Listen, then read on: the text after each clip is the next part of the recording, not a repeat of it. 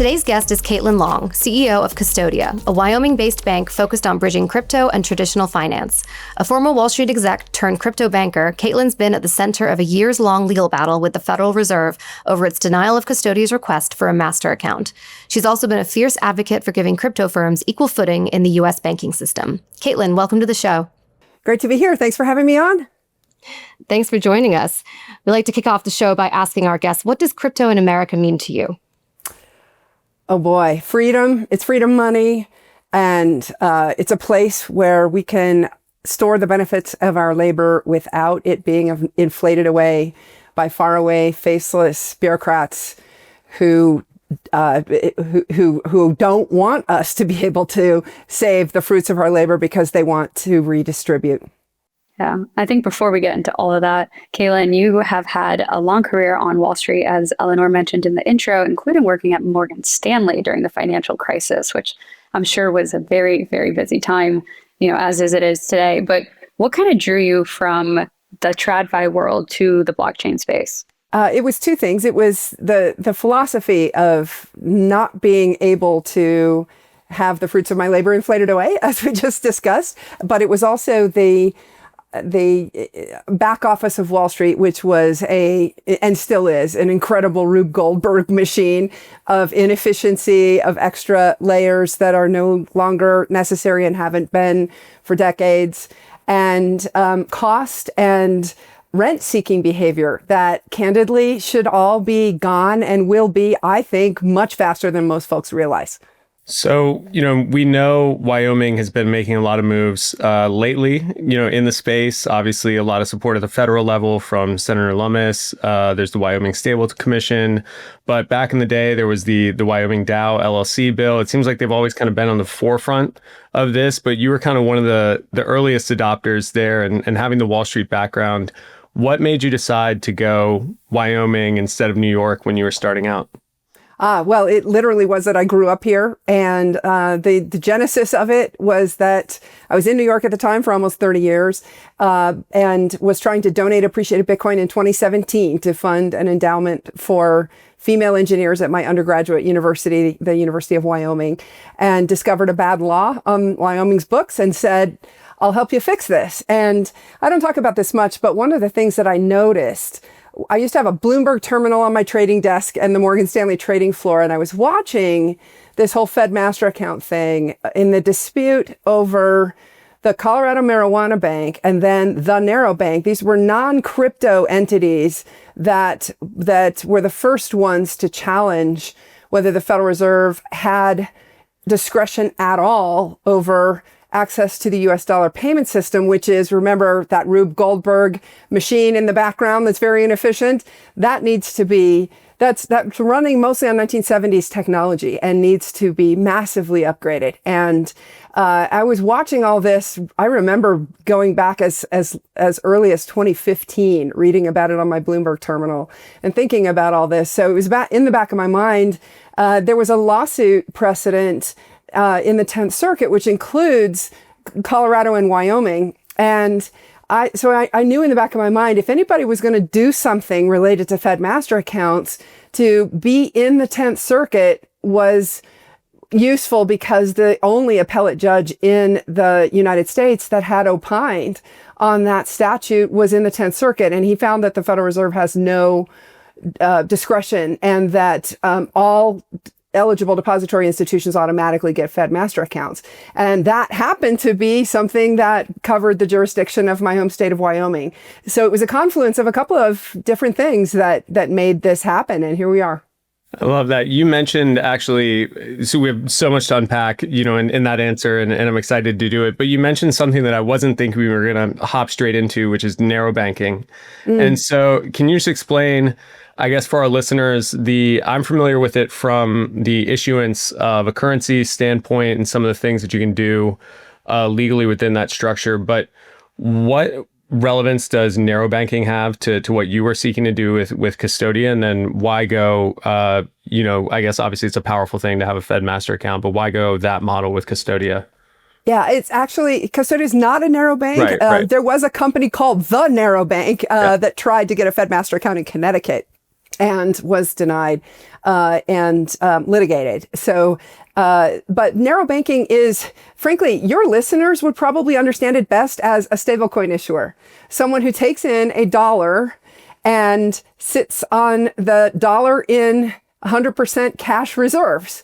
And if anybody wants to redeem, those reserves are there to redeem 100% of depositors on demand in the space of minutes.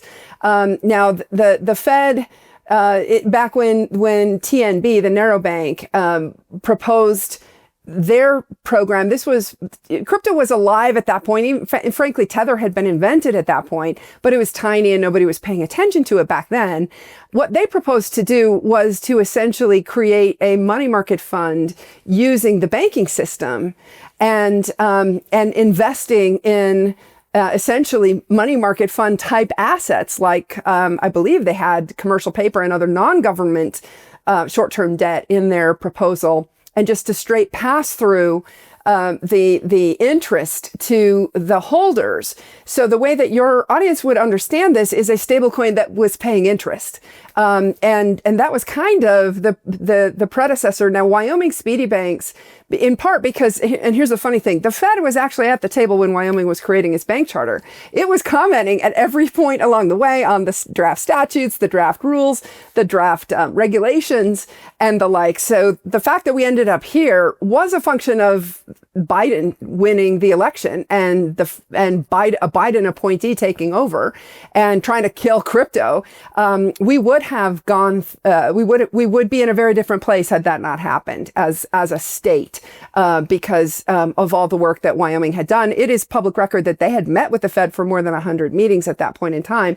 But the Fed did not want Wyoming Speedies to be what's called pass-through investment entities, PTIEs. And you see some of that philosophy in the Genius Bill, which prohibits stablecoin issuers from paying interest, which is something that's designed to protect the traditional banks. What's going to be very interesting about how this market evolves, though, is that I believe that even though the issuers won't be passing through interest to stablecoin holders, there will be credit providers that create credit instruments that do pass through interest to stablecoin holders. And that, frankly, I think the banks that sit on the sidelines and do nothing in this are going to experience deposit disintermediation. Those that do get involved in it will gather even more deposits, and there will be an enormous consolidation wave in the banking industry. We're seeing it with the crypto companies getting bank charters and applying for Fed master accounts. We're also seeing it with traditional banks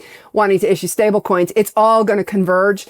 And when Citigroup came out with its forecast that predicted 3.7 trillion of stablecoins outstanding by 2030, I think that's way too low when you consider that FedWire alone is 1 quadrillion and it's running on I think it's 1.1 quadrillion of payments per year. And then ACH is something like 85 billion. And then cross-border is another 300 odd billion. You start adding those up, 3.7 trillion is not much. And I think a huge portion of the payment system is going in this very direction. And 3.7 trillion, when we look back on it, is going to have been viewed as laughably low. There's a million and one things you just said that I want to follow up on, but just to rewind a little bit, I just want to ask you what maybe our viewers don't know about Custodia. Can you describe the business model and the purpose, the reason you founded Custodia in Wyoming? You know, I know you guys operate in several states. You are up and fully functioning. Can you just describe Custodia a little bit? Yeah. Well, we got chartered in 2020, a full bank charter.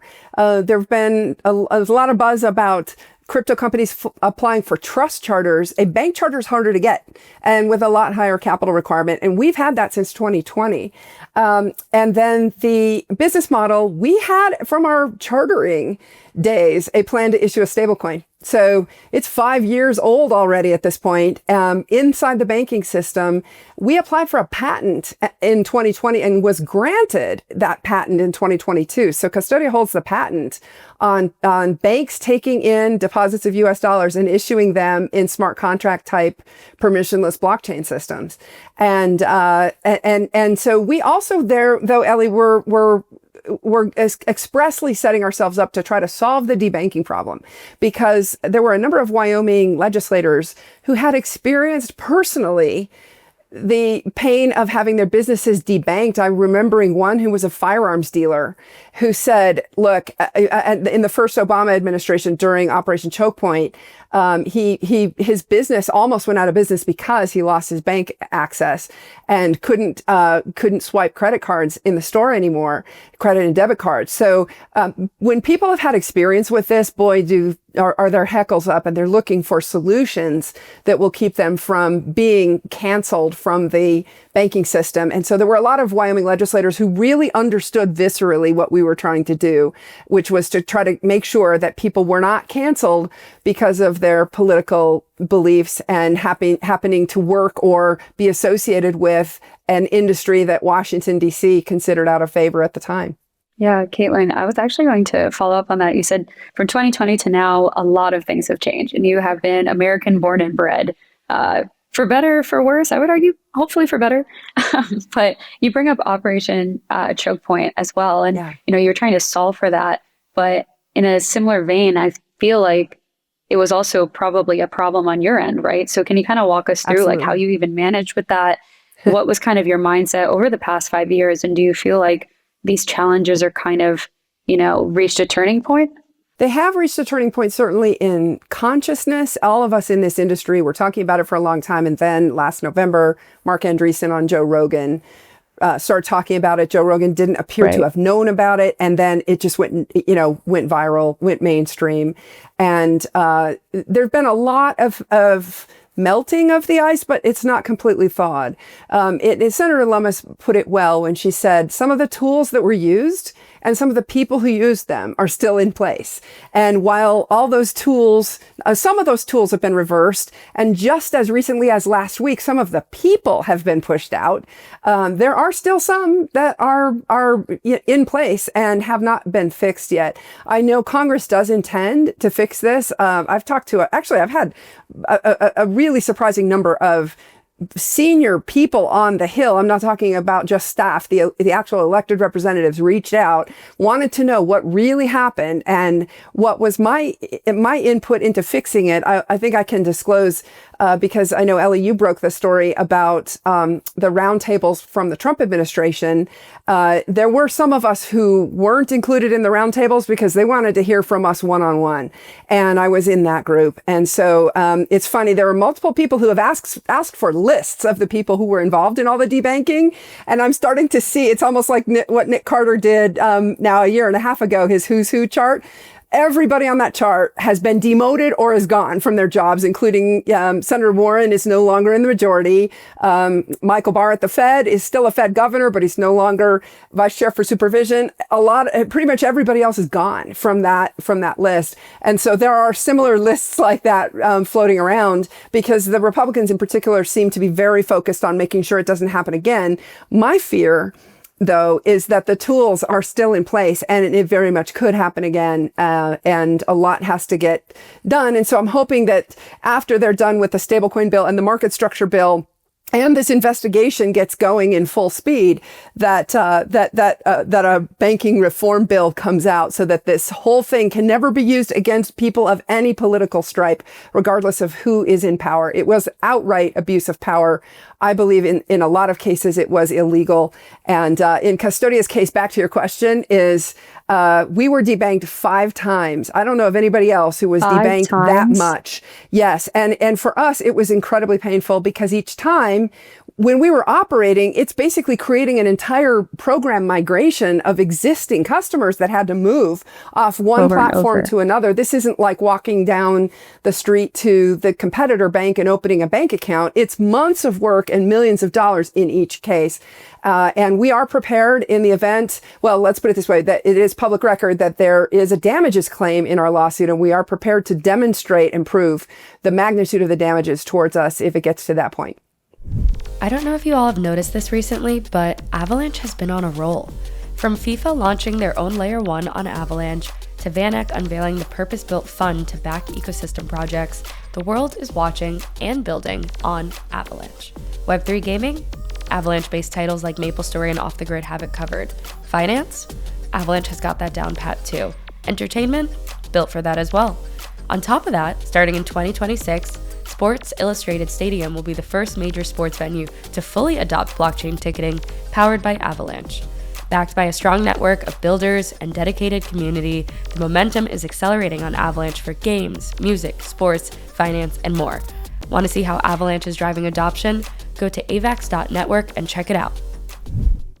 I want to follow up on something you mentioned earlier about the effect that stables could potentially have on deposits and sort of the traditional banking system. You mentioned how many of those folks are gone.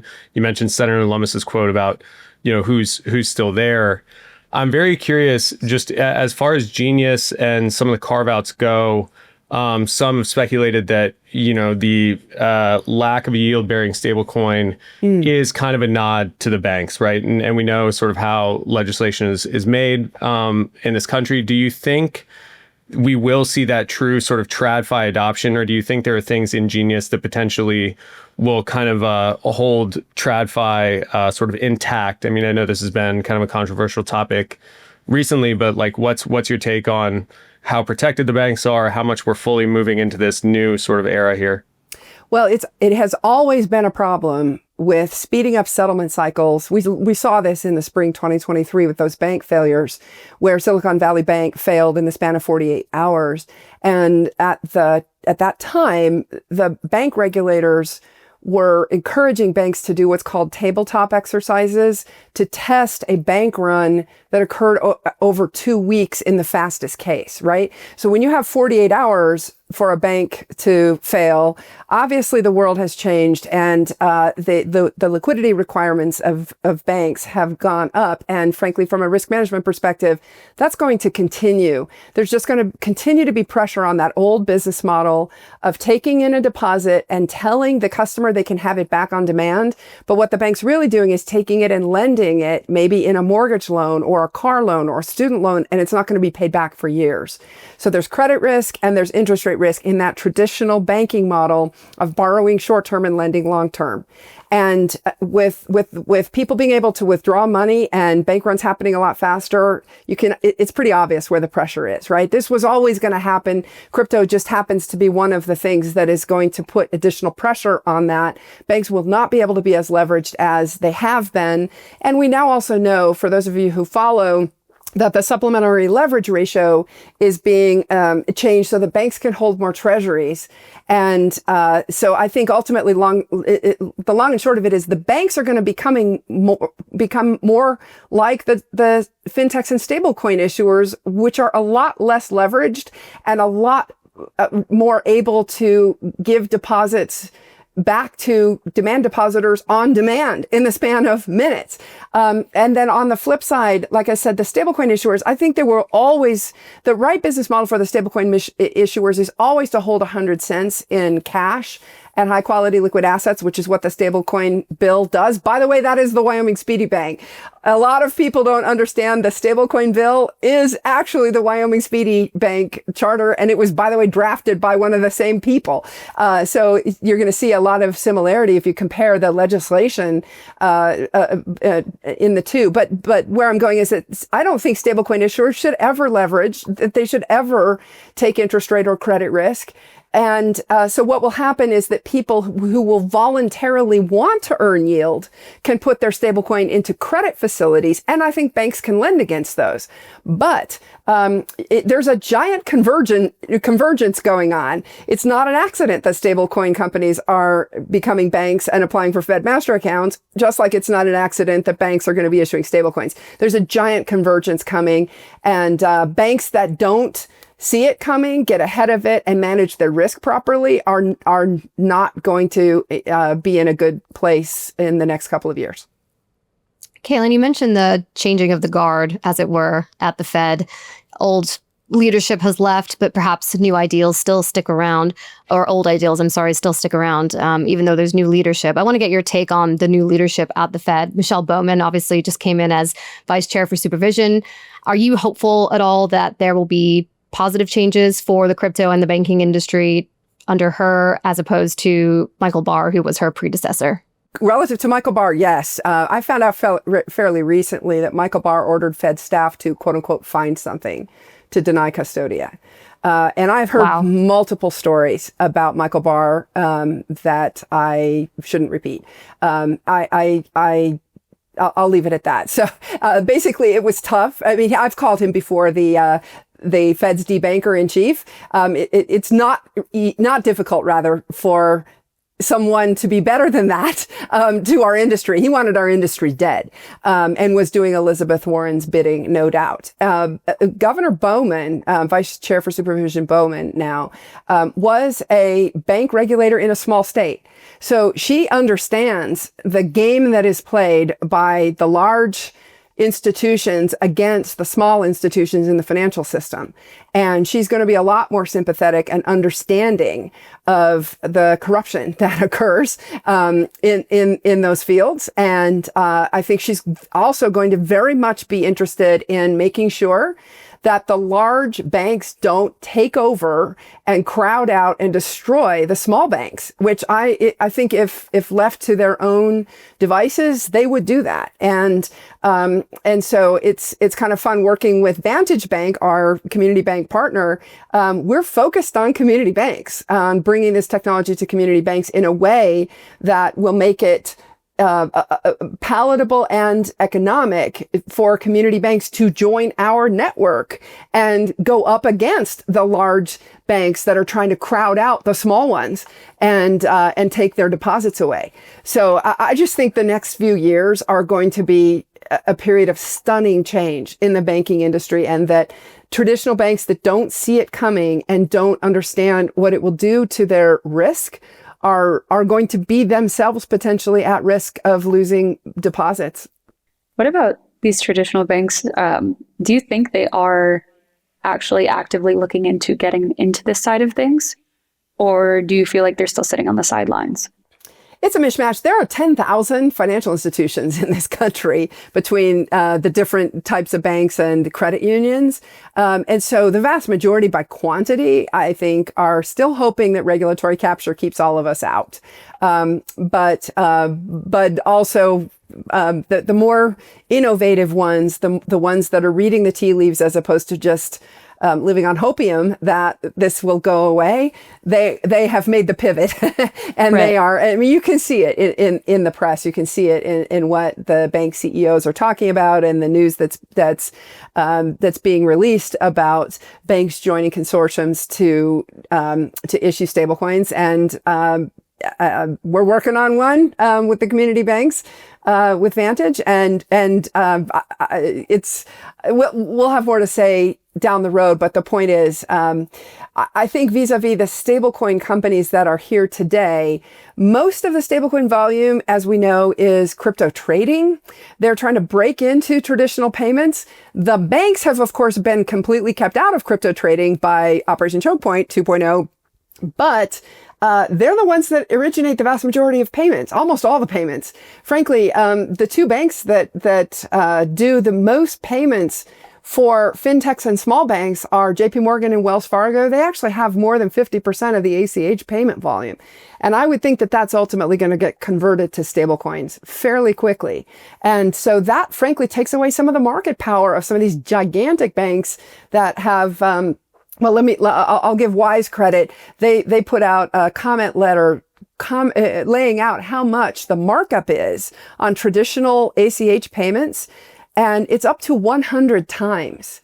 That's how much the markup has been for traditional banks in ACH when they settle those payments for community banks and or fintechs. That's going to go not entirely away, but it's going to get disintermediated away. So now you can see why JP Morgan, after years of poo-pooing this, is suddenly really interested in this technology, because it's defense for them. I'm very surprised Wells Fargo hasn't said as much as one would think, but they've just been under what's called a consent order and just got out of that consent order. Banks can't do much when they're under consent orders. And so they probably have one hand tied behind their back. And they're probably really looking behind them at just how much these stablecoin issuers and the small banks are going to be coming after that big portion of ACH payments that they clear, because I think within just a few short years, a big chunk of that is no longer going to be settled through them, especially if they don't offer stablecoins. I'm curious, Caitlin, on the notion of what the traditional banks are doing, community banks. You mentioned, there's so many financial institutions, two, just so many different ways you can come at this thing with a stablecoin, right? So, you have private issuers like Circle. You have the ones who are doing what you guys are doing, and then even states, which we can get into, potentially issuing their own stablecoins. Wyoming again, kind of leading the way on that. I'm very curious what you think about the idea of foreign issuers of stablecoins. Obviously, Tether is kind of the gorilla in the room here, but some of the requirements of the legislation seem like they may hamper some of their efforts to be immediately compliant in the U.S. And then the other side of this argument seems to be that issuers owning U.S. treasuries is good, right? Like that's one kind of take on this. What's your take on, foreign issuers of stablecoins and how they fit into this sort of new financial system in the U.S.? Yeah, it doesn't even need to be my take. I can point to what Secretary Bessent talks about. It's very obvious that he wants stablecoins to become a material buyer of U.S. treasuries.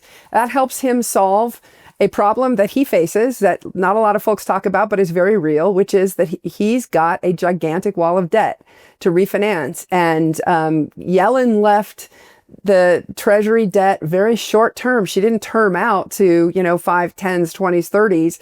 Most of it she left very short term because she was effectively running a quantitative easing program out of the U.S. Treasury. So that means that we collectively in the United States have to find buyers for U.S. Treasuries. Now, it's been obvious for a while to me that bank balance sheets was one of the places where they were going to unlock some incremental demand for Treasuries, and that's the supplementary leverage ratio relief that we're talking about. That's one of the first things Governor Bowman did in her when she arrived at the Fed. But the second piece is this treasury purchaser piece. It's so interesting to look at Tether because had they asked permission, it's so funny. I was talking about this the other day. We asked permission. We tried to work with the regulators. We went up the middle of the fairway, and it was absolutely the wrong decision because everyone else who went around them, even if they were not complying with the laws, look at what happened, right? So it's ironic that the regulators were saying, come on in and get registered, to quote Gary Gensler, when the ones that did come in and try to work with them were the ones that they skewered the most. And the ones that literally did everything they could to stay away from jurisdiction of the regulators were able to create the market. And what's fascinating is Tether, I think, last I looked, had 430 million active users. There is not a single company in the world that has 430 million active users in the financial services industry. And they are pushing US dollars into markets that no one else could afford to serve.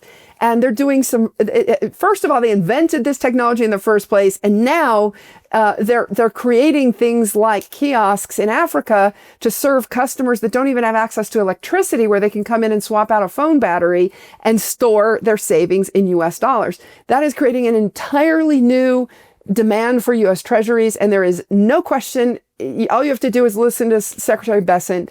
It is obvious that this is what the U.S. is going to do, is to welcome this and encourage it to grow even more. We've talked about, Bessent, Bowman, Barr, all these different people. But what about Powell, Caitlin? His messaging this year has been that the Fed is open for business when it comes to crypto. Do you think that's just talk or genuine? No, definitely just talk. All right. Yeah. I mean, look, the Board of Governors voted on the most virulent of the anti-crypto policies. It was voted through at the same time and announced literally to the minute at the same time as Custodia's denial in January 2023 in the wake of FTX's failure in November 2022.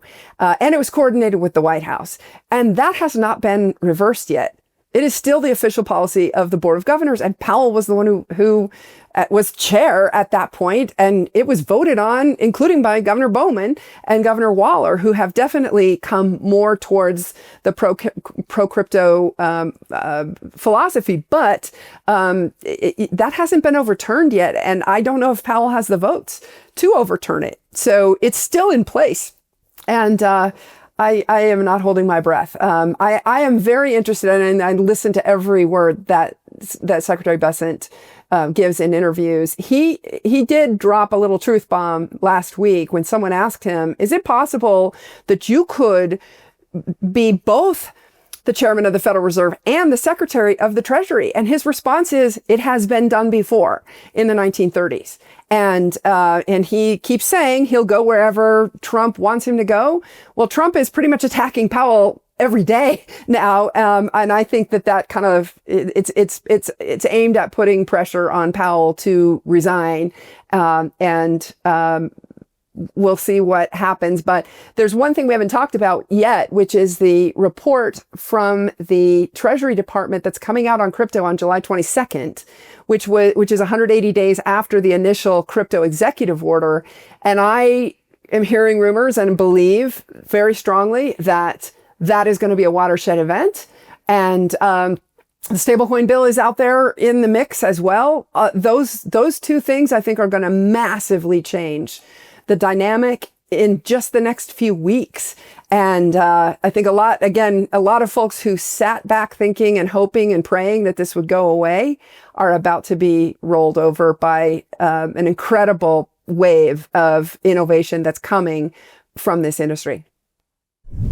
Bitcoin might sound complicated, but the Gemini credit card makes it simple. Use it like any credit card. Buy lunch, gas, or your weekly groceries, and you'll earn up to 4% back instantly in Bitcoin or one of over 50 other cryptos straight to your account.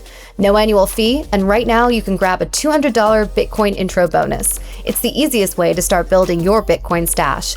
Go to Gemini.com/CIA to learn more. Terms apply. Caitlin, I want to just ask one thing about something you mentioned. It's been called like a shadow chair, or this sort of preemptive appointment, we'll call it. And as you mentioned, there is some precedent for multiple roles being held in this administration. I guess one of the things that we rely on as the global reserve currency is the standing in international markets and sort of the strength of the U.S. dollar, right? Do you think that having confusion over sort of who's running the Fed, it may be good for industry, or I mean, it may just end up working out fine. But like, do you see any problems with, I guess, that approach? Like, obviously, the current approach hasn't worked out very well for the industry, but just as far as like stability of the dollar and reserves in America's standing, how do you think that could impact the market? Well, there's a very interesting debate in economic circles whether the Fed is the tail that wags the dog, or whether the dog is the tail that wags, to butcher the analogy there. And to be honest, if you look at the yield curve right now, it's very clearly saying the Fed's wrong, because the yield curve is inverted and short-term interest rates are higher than 2-year interest rates right now, which is telling us that the market is voting with its feet, expecting that interest rates are going to have to come down. And so the longer the Fed holds interest rates higher, the more, frankly, they lose credibility, because the market is looking at this going, it's obvious that that rates are going to be coming down, right? Look at the inversion in the yield curve. So the market speaks every day. And this gets back to the question as to, is the Fed driving the bus, or is the market driving the Fed?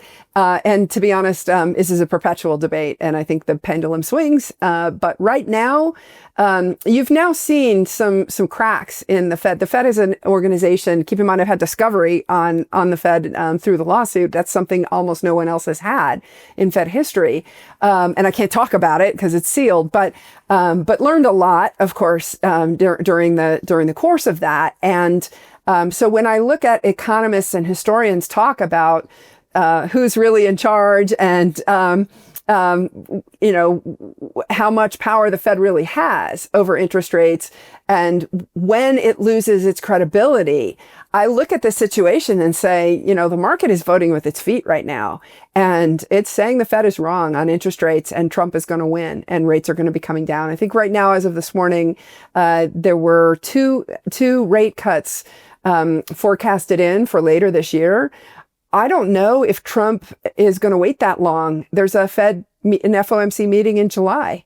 And, he seems to be going after Trump or going after Powell every day these days. Let's see what happens. I think it would not be difficult. The law questions whether the president can fire Fed governors without cause.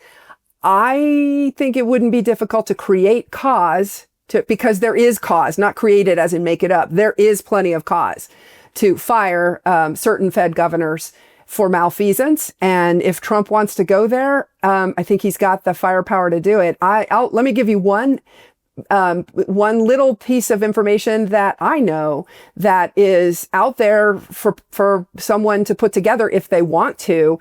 FinCEN, which is part of the Treasury Department, sanctioned 4 Mexican banks a couple of weeks ago for alleged money laundering on behalf of the cartels in Mexico in support of the fentanyl trade.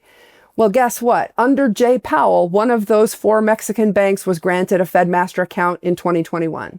This was something I reported on in my newsletter recently and had reached out to the Fed for comment saying, are you guys going to take any action on this Fed master account that you guys granted in 2021? And they had no comment for me. So they had no comment. They had no comment. I'm not surprised. Right. But I mean, if let's put it this way, I think that's cause right there. If someone wanted to make it cause, because having someone with direct access to the US dollar payment system being accused of money laundering for the cartels, let's put it this way. If a US bank had done that, it would have been shut down a long time ago. Let's get into the Fed master account argument, right? Because that's basically the crux of your lawsuit. This is what you've been up against for the last 5 years, Caitlin. Why was it so important for Custodia to get a Fed master account? I know you've argued in the past that master accounts reduce the risk in the crypto industry. Can you explain that a little bit? They do, because we don't have to go through an intermediary. We talked about the layers of intermediaries, which create counterparty credit risk and settlement delays and cost. And so being able to go direct actually takes risks out for everybody. And it also helps to improve the velocity of capital. Trump is a growth guy, and he absolutely would understand that improving your inventory turns, increasing the velocity of your capital, in other words, makes your returns go up. Everybody should want that, except the only people who are standing in the way are the ones who are benefiting from the existing system, from all the layers of intermediaries and all the slow settlement, and being able to just sit on the float from cash that has, from transactions that haven't been paid yet. And the way it works is that banks will make you keep minimum balances in your account. I've dealt with this back covering corporate treasurers in my Morgan Stanley days. They made companies keep minimum balances in the account to cover their expected payment volume. So they were funding their own payment volume, but the banks were earning the float on the cash. So there you have it, right? I mean, the corporate America is where they actually stand to gain the most from improved inventory turns on their capital. In other words, improving the velocity of their capital. So that's where I think this is all going to play out. That this is, again, the market pressures are so great that once the big payment volume and originators get access to these technologies, they're just going to take over. Not necessarily because they're the best technologies, by the way, but because they deliver better, faster, cheaper, and more auditable payments. But Ellie, I don't think I answered your question directly. No, you did. And then I have a quick follow-up, actually, which is, has the Fed's legal position changed at all on granting master accounts over the years? Well, it changed 10 years ago. The Monetary Control Act of 1980 was a grand bargain that was struck with Paul Volcker and Congress when we had something called the thrifts back then, which was a different type of banking charter that all got consolidated into traditional bank charters. But back then, the thrifts and the banks were fighting each other. Sound familiar? And there was a grand bargain that said all of them got access to the payment system. There were actually antitrust investigations in the 70s. because the banks were trying to keep competitors out. Sound familiar? There was a grand bargain in 1980 that the statute was changed. It said all eligible depository institutions automatically get access to Fed master accounts. That does not mean that they get them on the same terms.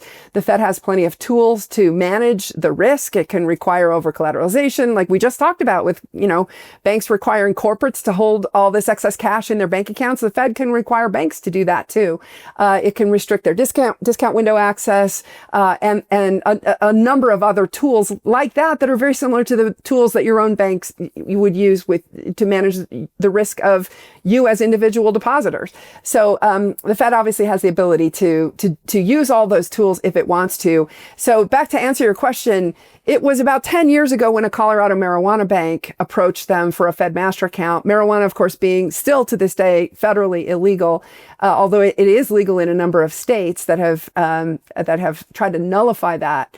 But the banking industry has to comply with federal law. And so that's when the first challenge to this whole question over whether legally eligible depository institutions get master accounts, and the Fed reinterpreted its longstanding interpretation of that Monetary Control Act of 1980.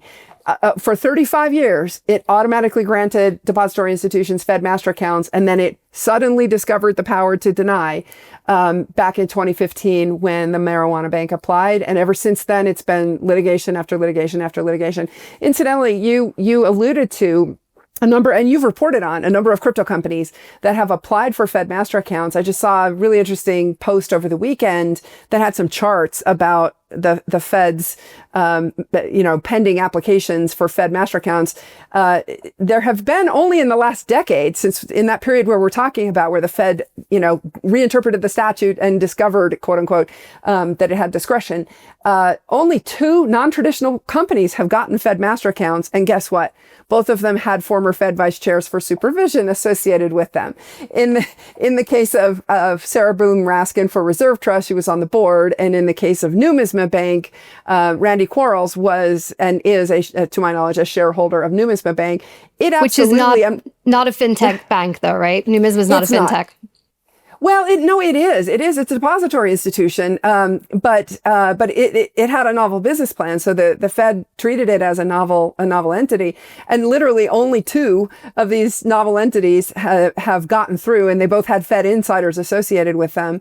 I'm watching, by the way, because Ripple, Michael Barr, who we just talked about, was an advisor to Ripple before he went to the Fed, right? And he was vice chair for supervision. So let's see if that if that trend that companies that have former vice chairs for supervision associated with them get through and everybody else gets held back. Let's see if that turns out to be a trend.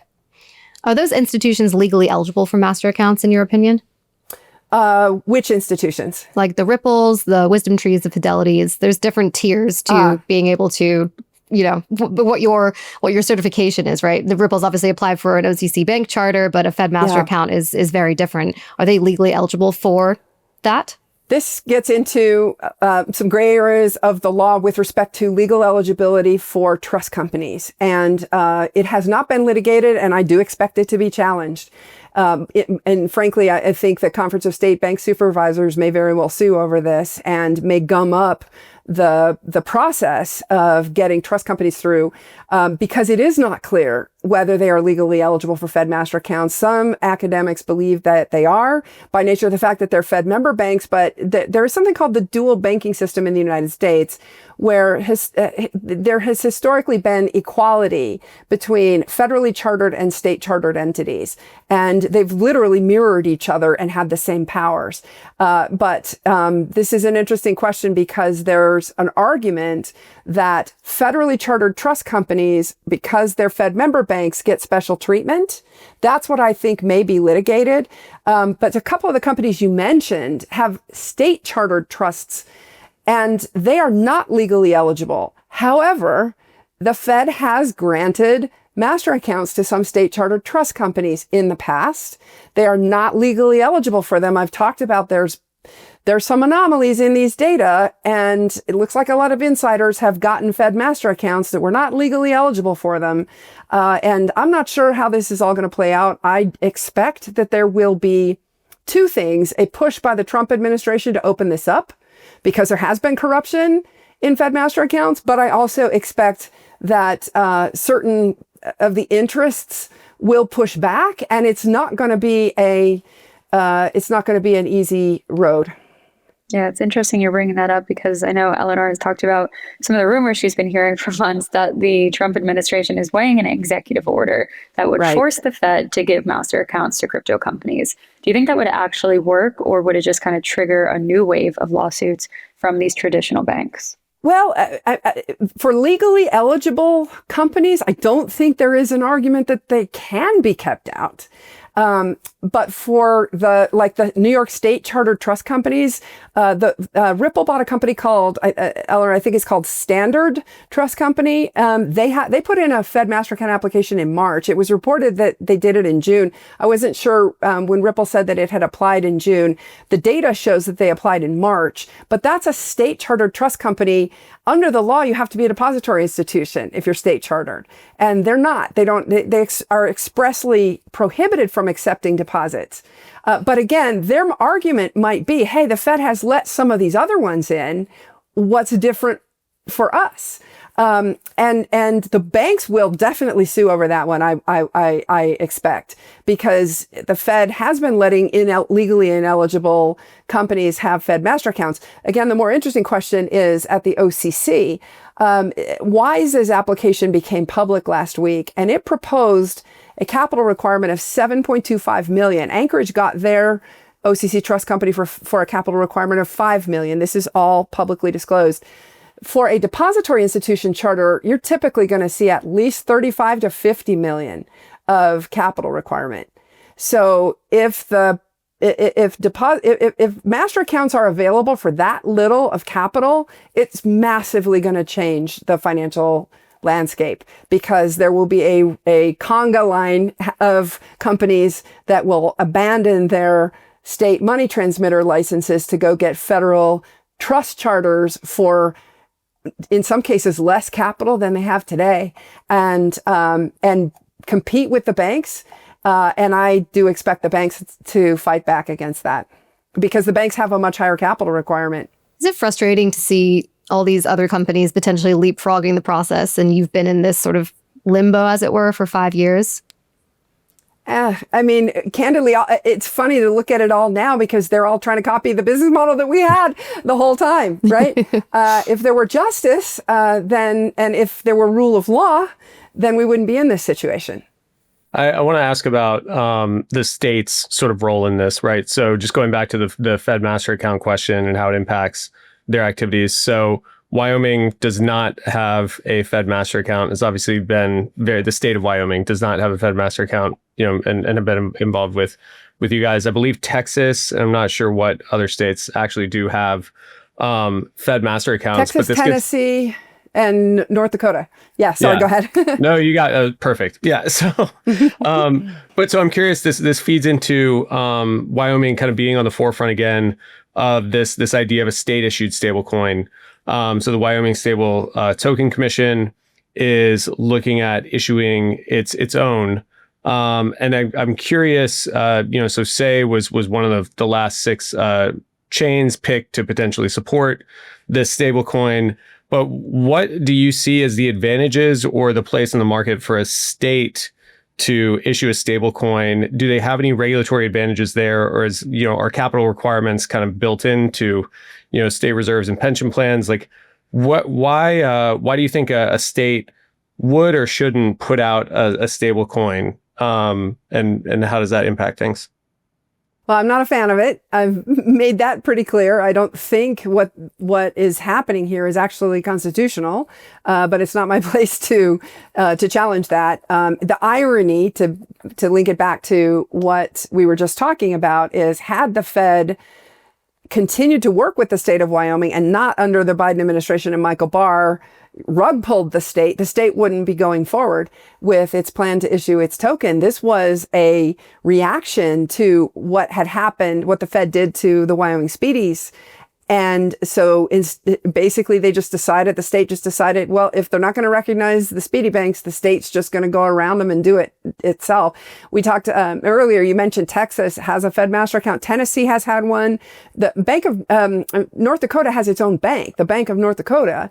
And then Jimmy Patronis, before he went to Congress, was pushing this in Florida. He was going to start the Florida Sunshine Bank as a reaction to all the debanking.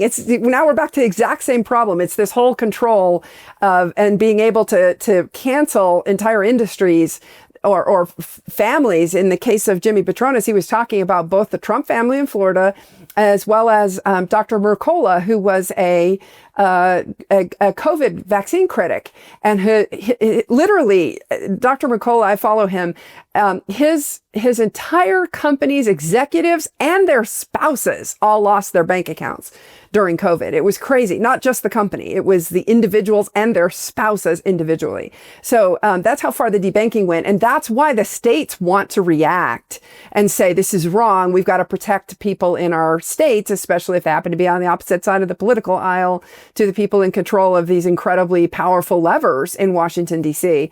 I'm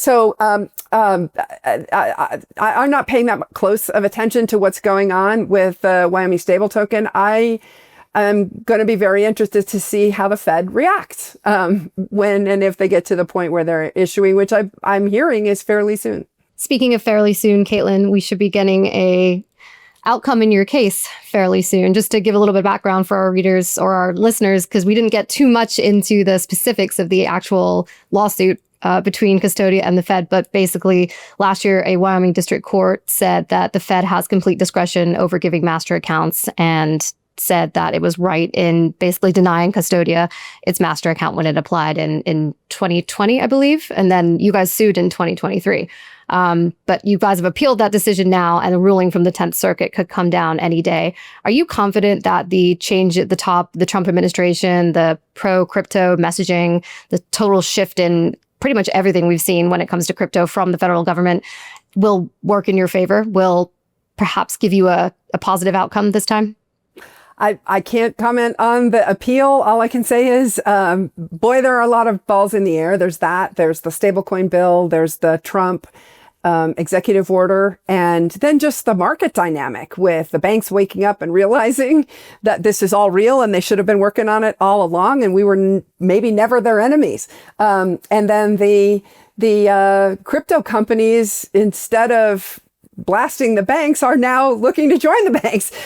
So I just think that there's so much stirring in the pot right now. And the great news is a lot of these things are likely to become clear this summer because of what you were talking about earlier, the executive order potential and that report coming July 22nd, the stablecoin bill. I think it's likely to pass. We don't know the precise timing. And then obviously we're waiting for the outcome in our lawsuit. Caitlin, what happens if you win the appeal? And then on the inverse, if you do lose, would you consider selling the bank? Can't speculate on that, partly because we don't know what the outcome is going to be and the details of a court opinion are going to matter. Well, surely you've thought about it, though. Definitely thought about it. The irony, and I hinted at this in the beginning, where I remember reading the Bloomberg article about banks trying to get master accounts 10 years ago. This has all been something that I've been thinking about and gaming out for more than a decade. Caitlin, it hasn't been easy for Custodia because you guys are obviously a small bank. You're a small business. I'm not sure how many people you employ. Is it about 300? No, we were 42 at the peak and we're down to 5 now. Never mind. I was going to say, yes, at the peak, but because of the state of things over the last, couple of years, you guys have been forced to lay people off. It's been a tough road for you guys. So I would imagine you're hopeful for anything that might come that's better than what you've seen in the past. Yeah. Look, I'm a change agent. I've been a change agent my whole career. This is my 5th startup.